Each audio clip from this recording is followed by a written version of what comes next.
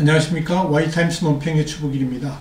오늘은 한미 간에 동상이몽을 꾸고 있습니다. 그래서 문재인 정부가 지금 진퇴양난에 빠져 있는데 이 이야기를 함께 생각을 해보겠습니다. 이 남북 교류 때문에 생겨진 것이 워킹그룹입니다. 20일 날 현지 시간이죠. 워싱턴에서 이제 공식 출범하게 되는데요. 이건 한국과 미국 양국이 이 한반도 비핵화 그리고 대북 제재를 논의하는 실무협의체입니다. 이 워킹그룹은 지난달 28일 스티븐 비건 대북정책 특별대표가 방한하면서 만들어진 건데 요즘 이겁니다. 미국하고 한국 정부 간에 공조를 하는 데 있어서 많은 이견도 있고 갈등이 있어가지고 이런 외교적인 현안들을 조율하고자 해서 만들어진 겁니다. 한마디로 말씀드린다면 한국 정부를 별로 원하지 않았습니다. 그런데 이 남북 교류에 있어서 과속하는 문재인 정부를 컨트롤 하는데 이게 사안별로 따로따로 이렇게 조율하기가 곤란하니까 그래서 또 여러 가지 문제도 있고 또 문재인 정부가 이를 무시하고 추진하고 뭐 이런 일들이 벌어지다 보니까 이 남북 교류에 관련된 모든 문제들을 논의하는 자리, 이게 바로 워킹그룹이라 이렇게 이야기할 수 있습니다. 근데 문제는 이 워킹그룹에 대해서 미국이 어떤 의지를 담고 있는가, 이걸 쉽게 알 수 있는 게 뭐냐면 이 워킹그룹의 핵심 구성원에 대북제재의 저승사자로 불립니다만 미국 재무부가 포함되어 있다는 겁니다. 이때까지 이 남북 교류 문제를 협의에 있어서는 국무부하고만 이야기했지 재무부가 이렇게 본격적으로 끼질 않았습니다. 그런데 이번에 들어온 겁니다. 이렇게 재무부가 워킹그룹에 들어왔다는 것은 앞으로 남북 교류를 미국이 어떤 시각으로 보고 있고 어떻게 처리하려고 하는가를 단적으로 보여준다 이렇게 말씀드릴 수 있습니다. 그러니까 국무부의 외교팀만이 아니라 재무부를 포함한 것은 뭐냐면 사실상 청와대 주도로 진행되는 남북협력사업의 대북제재 위반 소지를 꼼꼼하게 따지겠다 하는 그런 의미입니다. 그러니까 단순하게 외교적 논의 또는 정무적 차원에서 이야기를 하는 게 아니라 이제는 실무적 검토까지 조율하겠다는 강력한 의지가 바로 이 워킹그룹에 담겨 있는 겁니다. 잘 아시겠지만 이 미국의 재무부는 국무부하고는 성격이 판이하게 다릅니다. 재무부는 유엔 안보리의 제재라든지 미국의 독자 제재 같은 미국이 행하는 제재 전체를 총괄하고 있습니다. 그러니까 한마디로 정무적 판단은 완전히 배제하고 법률적 근거에 의해서만 움직이는 조직입니다. 지난번 이제 스티븐 비건 대표가 한국에 왔을 때 이 워킹그룹을 대북정책의 실질적 책임자라고 판단했던 청와대 임종석 실장한테 직접 통보를 했습니다. 그리고 문재인 정부는 이 미국의 의지가 워낙 강했기 때문에 어쩔 수 없이 이 워킹그룹 구성을 받아들였던 겁니다. 미국은 한마디로 흔들림이 없습니다. 북한이 완전한 비핵화로 가는 길을 열지 않는 한 대북 제재를 절대 완화하지 않겠다는 굳은 의지를 갖고 있습니다.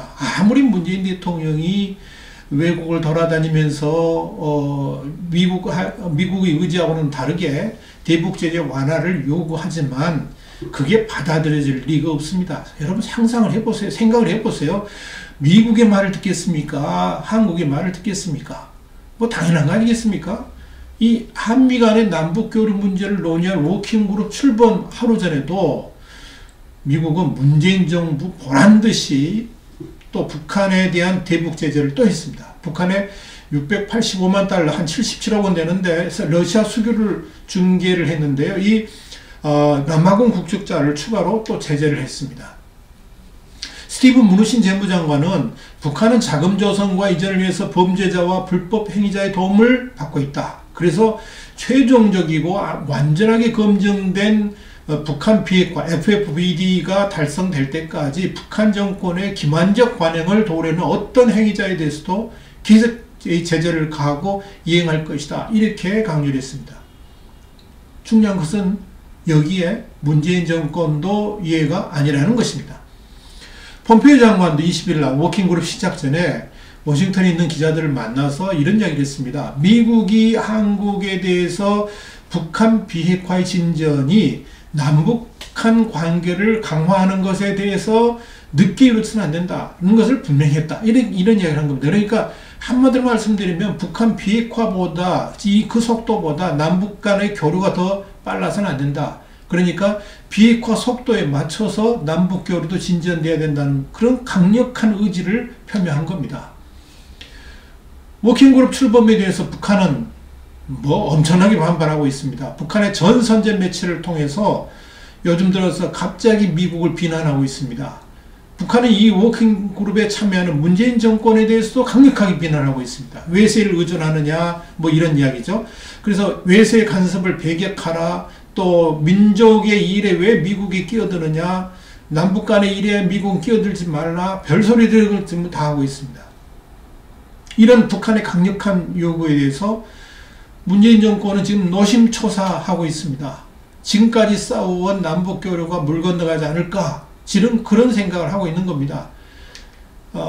문 대통령 입장에서는 남북철도 기공식이라도 해야지 그 명분을 가지고 김정은을 서울로 좀 불러오려고 하는데, 지금 미국이 워낙 강력하니까 안절부절입니다. 그래서 아마 이 북한에 대한 도로 조사 정도까지는 어쩔지 모르겠는데, 기공식을 시작해가지고, 기공식 한다는 건 공사를 시작한다는 건데, 공사를 시작하는 순간 대북제재에 걸리게 되어 있기 때문에 이건 헛된 꿈입니다. 불가능한 이야기입니다. 그러니까 김정은을 서울로 꼭 부르고 싶다면 다른 방도가 없습니다. 비핵화의 실질적 조치를 이룬 다음에 와야 되니까, 지금 문재인 정부가 할 수 있는 일은 비핵화를 빨리 하도록 독촉하는 것 말고는 다른 방도가 없습니다. 지금 대한민국 경제가 얼마나 무너지겠는가 여러분 피부로 다 느끼고 계시지 않습니까? 이렇게 경제마저 무너지고 있는 상황에서 지금 문재인 정부가 남북관계에 올인하고 있는데요. 이 남북관계 축까지 무너진다 그러면 문재인 정권의 봄날은 다시 오지 않을 겁니다. 그러니까 정신 차려야 됩니다. 김정은을 정말 서울로 부르고 싶다면, 문재인 정권이 주장하는 진짜 평화로운 남북 통일을 원한다 그러면 지금이라도 한미동맹을 기반으로 해서 북한의 실질적 비핵화를 강력하게 촉구해야 됩니다. 남북 정상회담 또 하겠다고요? 김정은 만나면 진짜 비핵화에 대한 실질적인 조치를 하라고 요구해야 됩니다. 그래가지고 핵물질이 제거되고 핵무기가 제거되고 이런 비핵화에 대한 실질적 행동이 이루어진다 그러면 그 다음에 대북제재도 완화될 것이고 북한도 사는 길이 될 것이고, 그것이 또 문재인 정권이 사는 유일한 길이 될 겁니다. 꼼수 부리지 마십시오. 꼼수 부린다고 해서 해결될 일이 아닙니다. 그만큼 미국이 확고한 대북제재 의사를 갖고 있다는 것입니다. 오늘은 한미 간의 동상이몽, 진퇴양난 문재인 정권, 이 제목을 가지고 함께 생각을 해봤습니다. 다음 시간에 다시 뵙겠습니다. 감사합니다.